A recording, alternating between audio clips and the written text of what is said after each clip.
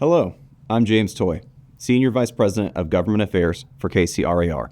You're about to watch one of our candidate interviews, an unfiltered, front row look at how those seeking office approach the issues that shape private property rights and the real estate industry as a whole. We share these conversations publicly so you can hear directly from the candidates, understand their positions in their words, and cast your vote with confidence. Good, good. Well, appreciate you taking some time this morning. I know we previously met at one of your events, but James Toy, I'm the SVP of Government Affairs for KCRAR. So good to see you again and appreciate you taking some time. But, we're, Yeah. we're only so interesting on our side. We're really interested in hearing more about you and about why you're running for office. I'd love to hear maybe a little bit about your background, maybe some of your work as a realtor, and how the campaign's going so far. Oh, yeah, absolutely. Just us? I think we might have one more joining, but I know that your time is valuable, so we can go ahead Oh, and no, get no, no. started. Totally fine. Totally fine. Sorry, I got a little glare today. Um, so James, you were at the campaign, so I don't want to like go through the speech type of thing, but I would say that important things to know about me that since I haven't got to work with you is that I kind of got my political start in um, at the Board of Realtors, really. I got really involved. Back when I had a company, a residential company, and I think it was probably mid 2000s that I started getting involved on boards and commissions from the one that oversees the contracts and looks into those types of changes that we want to make to provide clarity. There was a technology committee I was on and more. And because I was involved and I was putting time in and I would engage, I got asked to be on the MLS board. And I really enjoyed that. The MLS board was technology related, and I was kind of into the technology. And I don't know if you kind of know my background as far as when I was then moved into leadership, but I helped bring Dot Loop as to the organization, which all the realtors use. And these things that we use so much these days, such as Dot Loop, or even the way we've finally embraced Zillow, these were not easy decisions 15, 20 years ago. There was a lot of controversy around it because no one ever wanted to give up the data. The different apps we were starting to use. It was all changing so fast, so rapidly. And I've always embraced change and said, hey, we need to try to stay ahead of the curve. We need to leverage this. And so I was a big part of quite a few changes that we made.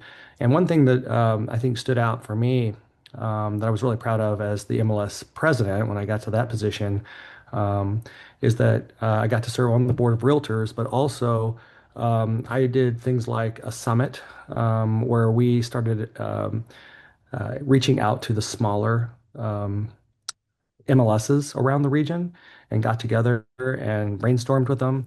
And, they had never had that before.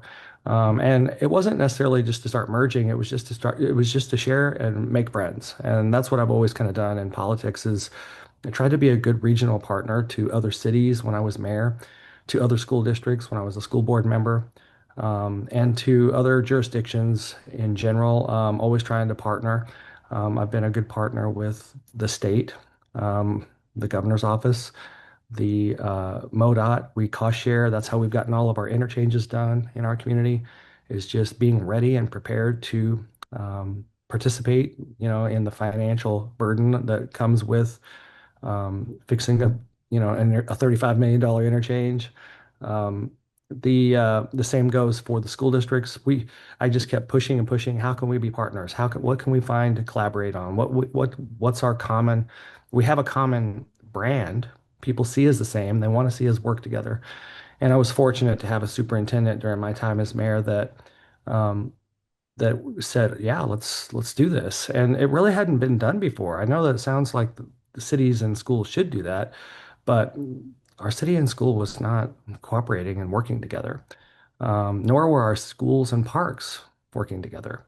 But we've changed all that. We changed all that over the course of time. We've partnered with the schools at the airport, with aviation, with we needed their help on an interchange, giving up some land and then contributing some dollars. And Um, we've just across the board, we've done workforce development in our community. And so I've always tried to reach out to and be engage with, our partners and such. I think I'd love to answer some questions specifically about housing because that's an area of expertise. Given I had so many agents, and I helped many developers with all the marketing of their subdivisions. I did sell a large real estate residential company in 2011, at the end of 11. So 2012 on, I tried to do commercial, but I still ended up doing a lot of residential because that's what I was known for. And my wife has had a phenomenal career in residential. Um, I tended to do a lot of, just so you know, I tended to do a lot of bank stuff because during the recession, I had to figure out how to make money. And so I built up my banking relationships. And so I ended up doing a lot of really tough short sales and foreclosures, even after the recession, as people were trying to wind through it and after I'd sold my company. So from there, I was able though to transition to commercial, and it just takes time to build your brand that way. And um, but my residential experience really was the core foundation for my commercial. And then I used this residential and commercial foundation to go into office first as a school board member. It really helped me understand the contracts. And I mean, you think about it, the schools own facilities and facilities and more facilities. And I mean, it's a massive organization. I was a school board member from right after I was got off of the MLS board. So I was president of MLS in 2012. Got to serve on the Kansas City Board of Realtors that year. 13, I was the past chair, and then 14, I ran for school board. So I didn't take much of a break, and I was on school board for 3 years.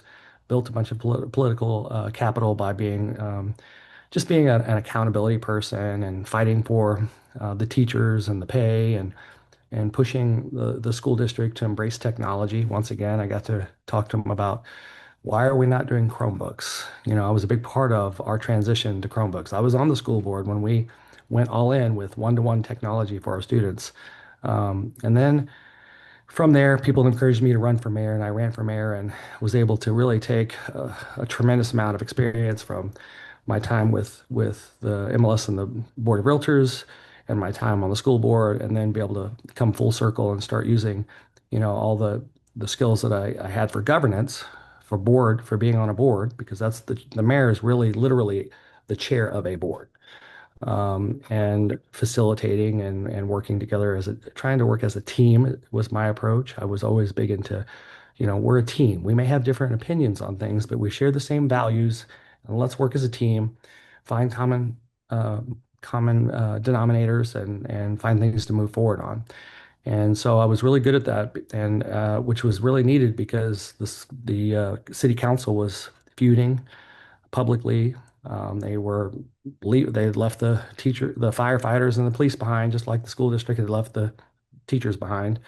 So I was able to address those issues and get them to unite around public safety. So public safety was one that was easy for council to get behind, and I believe that it's something that the county legislature should find as a common denominator because um, strong community. We need to build safe communities to create strong communities, which creates opportunities.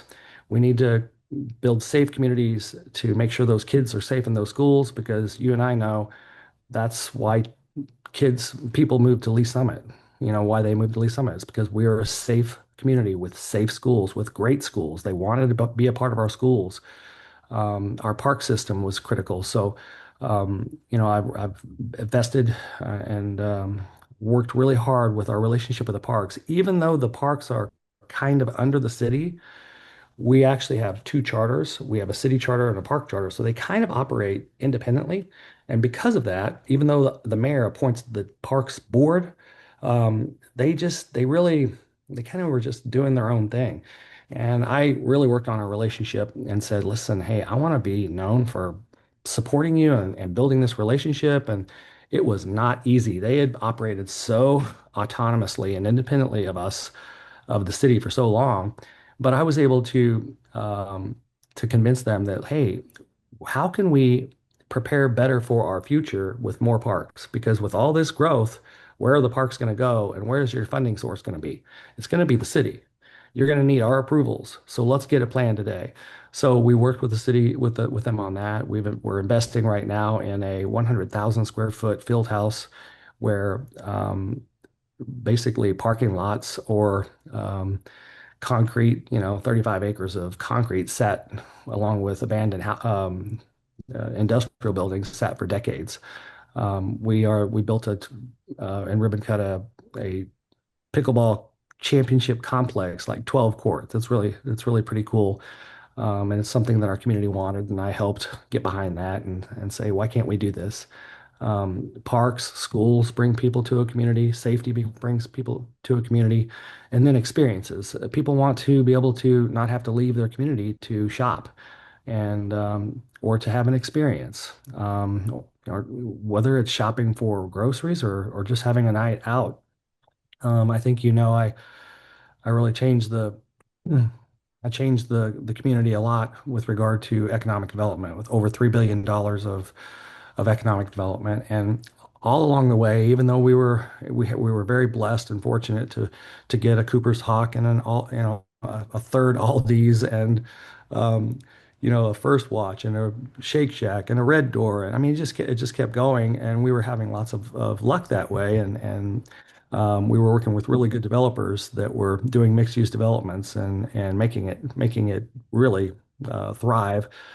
I still stayed focused behind the scenes on bringing jobs to Lee Summit.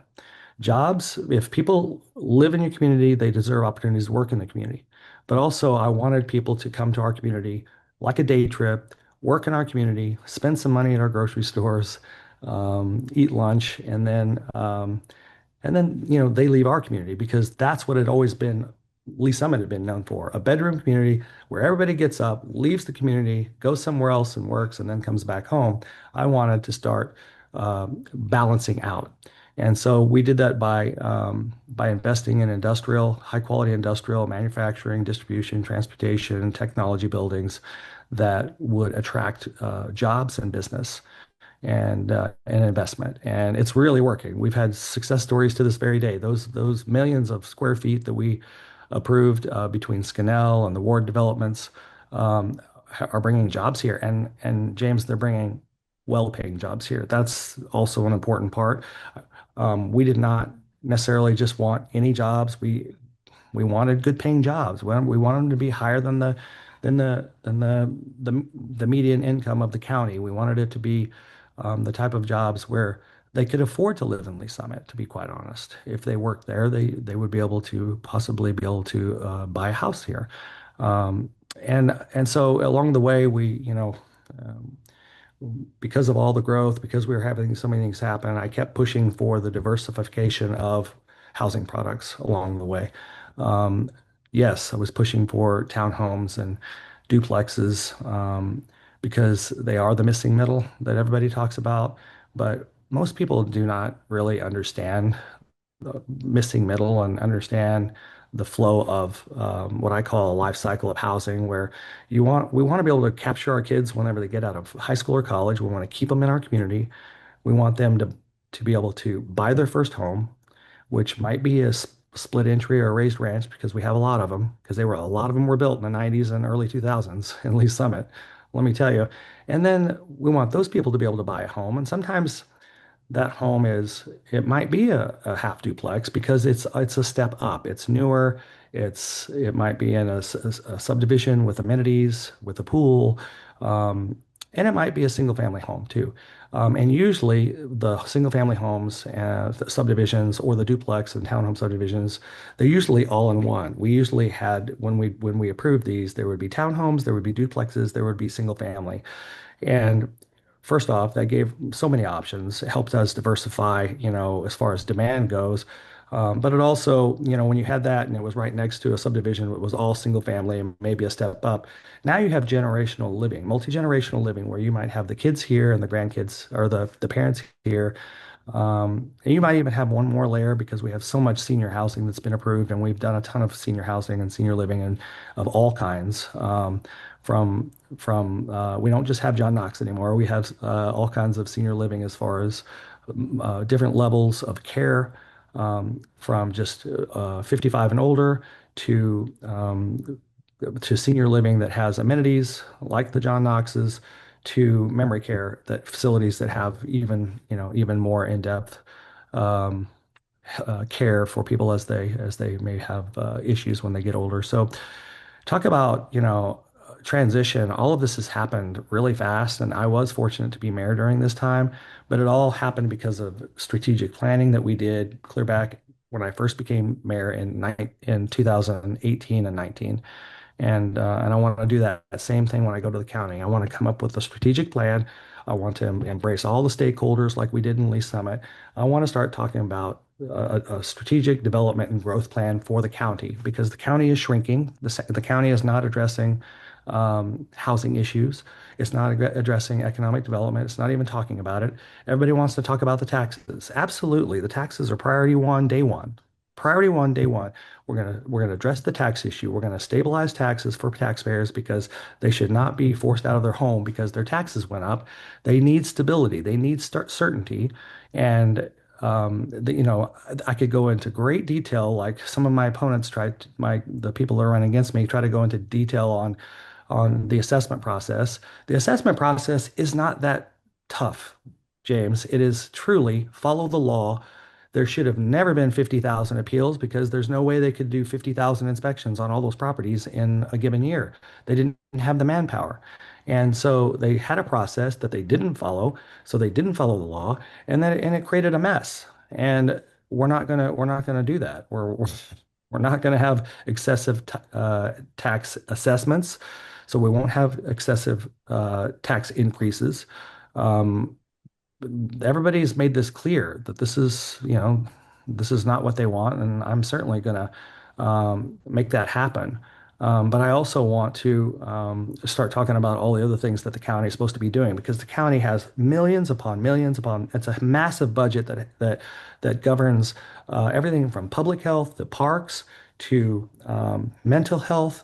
They work with all kinds of nonprofits across the entire county from every corner, from rural to the inner city, and there's tremendous opportunity to start talking about how everything needs to work together, and you can only do that with a strategic plan. And we haven't had a strategic plan at the county since the 1990s, and it was a land use plan. I'm talking about land use plus comprehensive plus strategic. They're all related. So those are the kind of objectives I have. But what kind of things would the memberships like to know about me?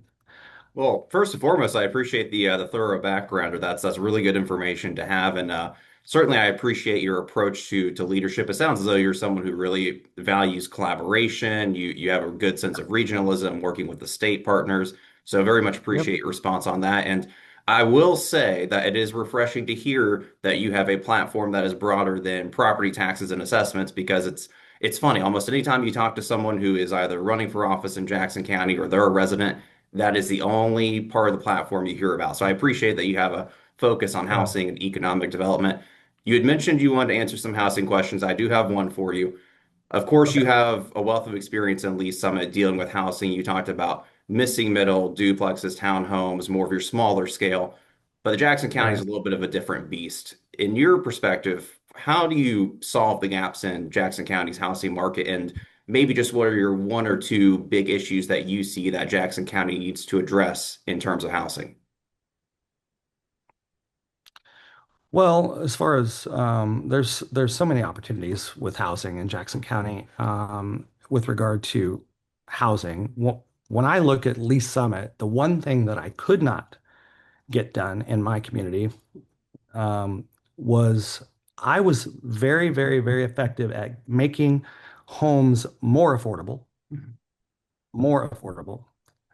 I would call it workforce housing when you talk about missing middle type of housing, where you have a townhome but still, James, it was still $300,000 for a townhome. That's not affordable housing. Whereas the county has the ability to, they should be more involved. And I would say other cities the county could work with other cities and collaborate with them. I have a phenomenal relationship with all of the mayors of Jackson County, and I'm talking about there's 13 mayors that I have relationships with that are positive.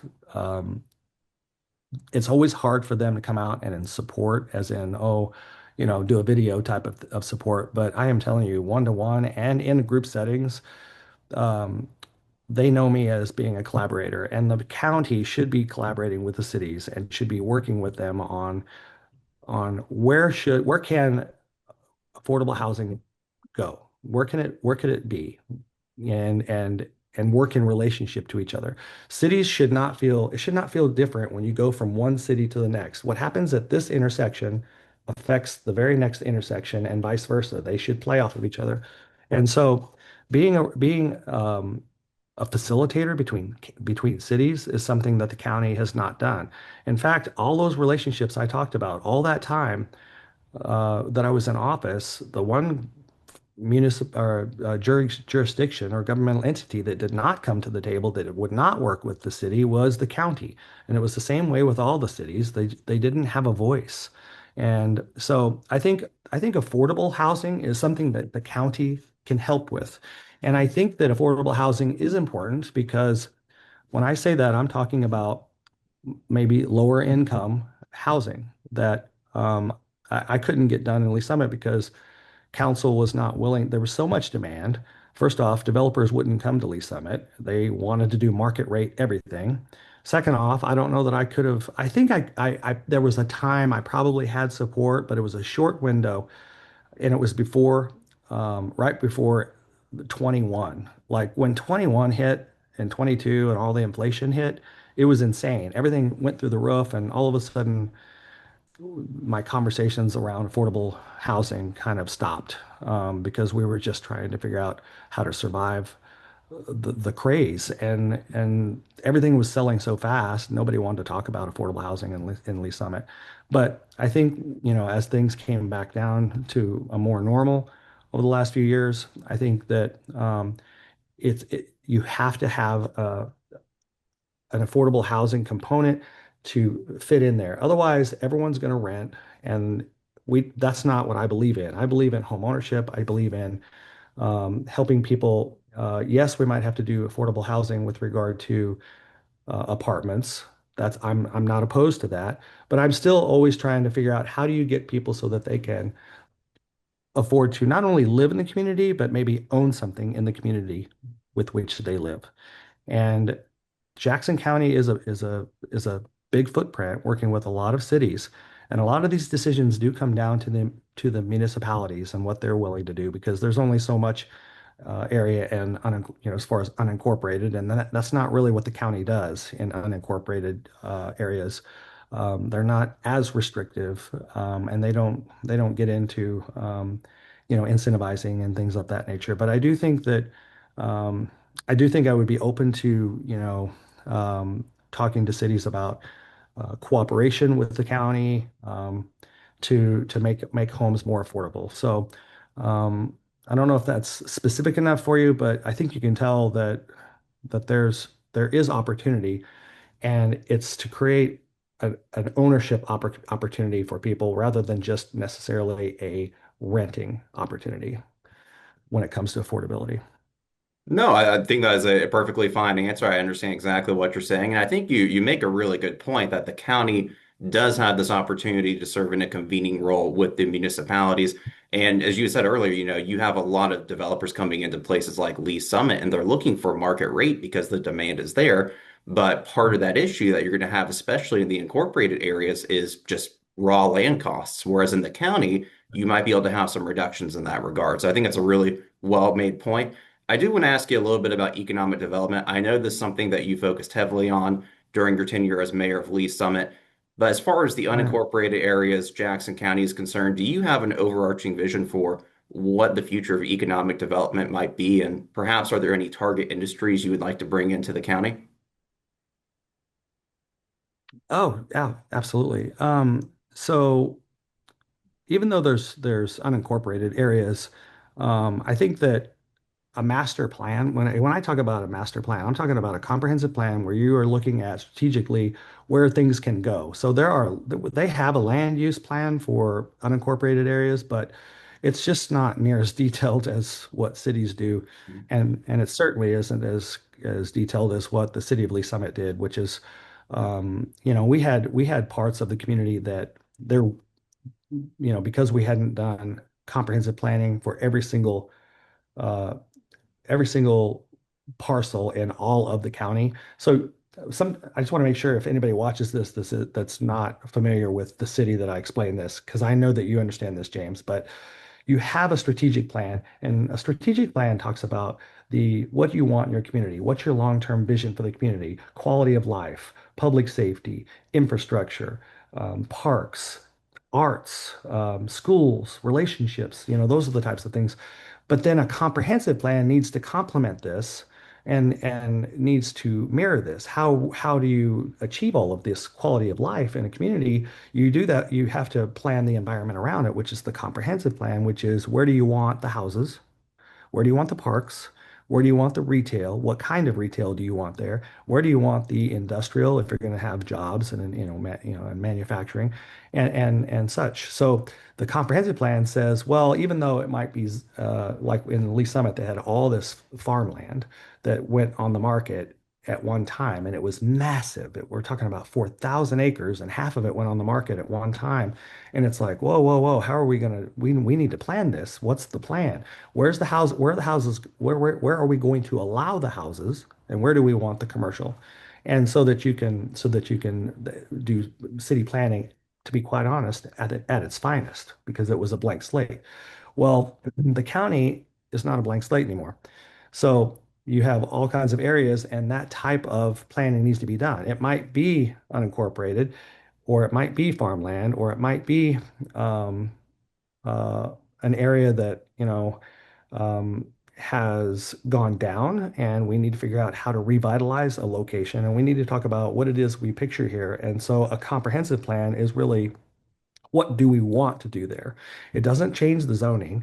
It's just a strategic plan that says this is how we would like to see this develop. And it should, again, complement what's going in next to it. So you you want, just like in a city, you want residential, and then you want a little neighborhood center next to it, so that you can go and grab a Subway sandwich or a good sense sandwich, so you can get a haircut. The neighborhood centers are really important. And then when you have all of this residential and you have neighborhood centers throughout, you also want activity centers. And an activity center would be something that is much more where you're going to go to a destination, and as much as we'd like it to be walkable, many of them are not. But it's in today's day and age, we want to try to create walkable activity centers where you have lots of places that you can shop. I would consider the downtown Lee Summit an activity center. You can walk and walk and walk, and you can have all kinds of shops. You can do the breweries, you can do the restaurants, you can do the boutique shopping, you can even do the Green Street Farmers Market now, right? And go hang out over there. So that's an activity center. And then you try to have these activity centers throughout your community. Well, the same thing for the county. Where are our activity centers? You can't really call where the Chiefs and Royal stadiums are an activity center. There's no it's a destination, but it's not an activity center where there's a bunch of retail around it. And coming up with a plan for that is going to take really a very comprehensive approach, because it's either going to have to stay a destination, or there has to be something that brings uh, living or homeowners or renting or someone. You have to bring rooftops. You have to bring rooftops. And the whole county should be evaluated that way. Like right now, they're doing a sports complex. They've appointed a board. Okay, great. That's wonderful. We should be doing that. We should be doing that for the whole entire county. The entire county should be looked at from expertise, from through the eyes of experts, through the public works, through the parks, through private sector, from the developers, through homeowners. uh, Everyone should be at the table talking about, where things should go. And there, you definitely have to have the experts in there. When we do the comprehensive planning, we did it with the planning commission, but we also had the director of public works in there, the water. We had the development services, which are the planners of the city. We had the city manager. I mean, we had consultants, we had the city council, we had the downtown Main Street, we had the Economic Development Council, representatives there, we had the chamber representatives there. You have to get them all in the room and look at it from all angles. And yes, you have to facilitate it. That's why you have to have the consultants that help you do that. But the payback is massive. The return on investment is massive because now you have a plan and you can start moving towards it and you can say, how can we help make this happen? How can we become business friendly in Jackson County so that this comprehensive plan comes to fruition so that we raise the quality of life for the entire county. So it all works together. No, very much appreciate that response. And did I hear you right? Did you say the last time there was, and you might have said it was a land use plan, not even a comprehensive plan, the last time any kind of planning of that degree was done, did you say it was in the 90s? I mean, they referenced the land use plan that they have, and when they referenced that, I think it was done in the 90s. Now, has it been tweaked? It should have been tweaked, but I don't know if there's been another round since then to look at comprehensive planning in the county. And when was the last time you heard the county talk about comprehensive planning? They talk about the sports complexes. They what else? They get involved in. People want to see the county get involved in some of the municipal decision making. Well, you have to stay in your lanes, um, but you have to work together too. So there needs to be engagement. There needs to be conversations. And right now, there's people silo up, and the county feels sometimes in my experience as a mayor working with the county is the the county wanted to tell the city money would pass through, so we tried to keep our relationships strong. Like when ARPA funds came through, it flowed through the county to the city. So you do everything you can to have a good relationship with the county, but really it was transactional. It wasn't relationship driven. It wasn't collaborative. There wasn't coalition building, and it should be. We should all be working together. Well, it sounds to me And that the yeah, next executive has a really good opportunity to not only engage in some heavy comprehensive planning and making sure Jackson County is on a good course for future growth, but for just simply building those relationships with your municipalities, with your community stakeholders. It sounds like the world's the oyster there for the next executive. I think so. I try to, when I go and speak to groups, I try to say, everyone uh, deserves a seat at the table, and there's a seat at the table for everyone. I know that's a cliche, but like it's what people kind of relate to, in that I want to start having these conversations and bringing people to the table and doing planning, strategic planning. Um, so I'm sincere and I've done it before. That's the best part, is I have a track record of doing this. And sometimes I had to kind of drag people to get them in the room. It was a challenge at times. It's like, why do we need to get together? Because we're not working together. That's why we need to find ways to work together. We need to find ways to work together. Our citizens want us to work together. They expect us to work together. So let's find some low-hanging fruit here. And usually, um, after a while, it's fun. It's hard at the beginning.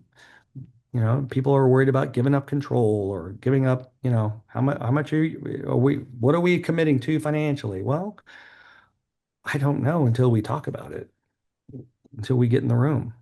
So, That's a point well made. And we've covered a lot of ground this morning talking about housing, economic development, strategic planning. I just have one last question for you because, again, I know your time is valuable and you probably need to get on the campaign trail or back to your personal business. What is your message to realtors? Now, I hope this is an easy question for you. When they go to the ballot box and they see your name on that ballot, why should they check the box for you? well, I'm a huge homeownership advocate. Um, I have proven that for years and years. I want people to buy a home. I do understand what realtors go through. I have a 26 and 28-year-old.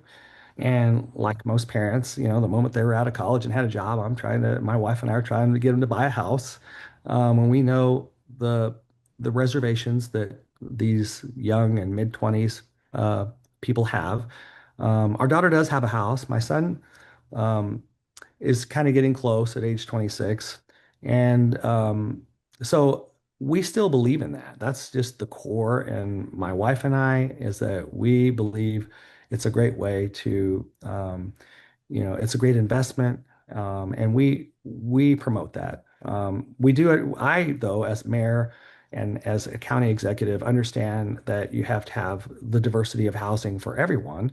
And um, a duplex isn't for everyone, and a townhome isn't for everyone, and a single family home, though, isn't for everyone either. So we have to have a diversity of products. And I'm a champion for that. I'm a champion for a diversity of products.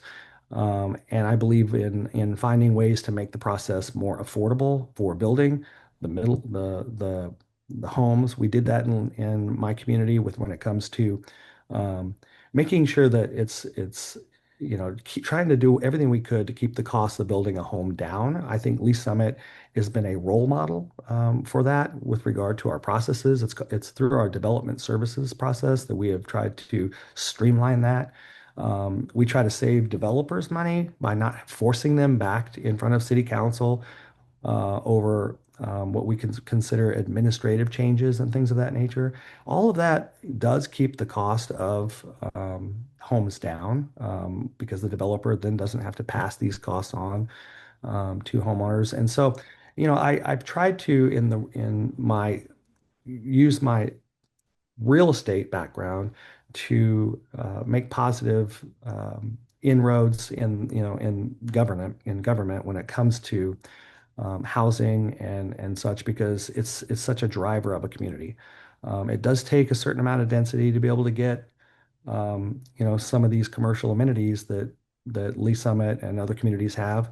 And sometimes to do that, you have to find ways to fill areas of land that haven't developed, and you got to come up with a plan. What if it's not going to be um, this, then could it be this, or could it be a mixed use and such? So I think that I'm a really good champion for realtors and growth because you have to, we really need to be focused on growing Jackson County.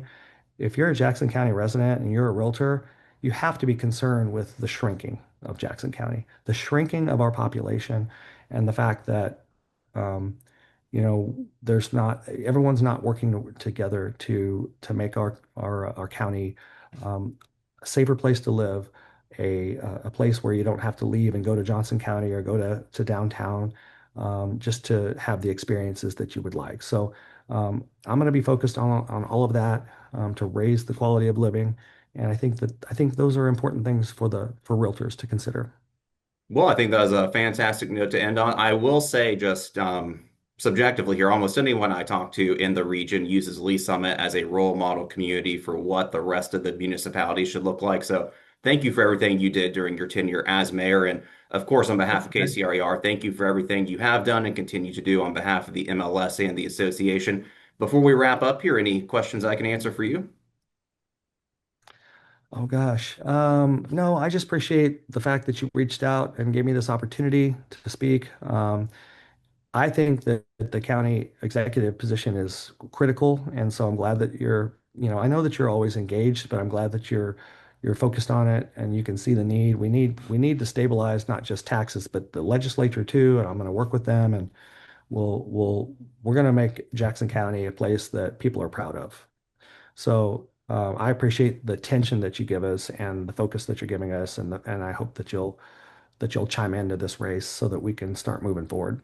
Well, very much appreciate that. We are certainly looking to get involved. So, again, appreciate your time. And of course, always reach out if you think of anything else or have any questions. But other than that, I'll give you the rest of your morning back. Thanks, James. Thank you. You take Have a care. great day. You too. Bye Bye. bye.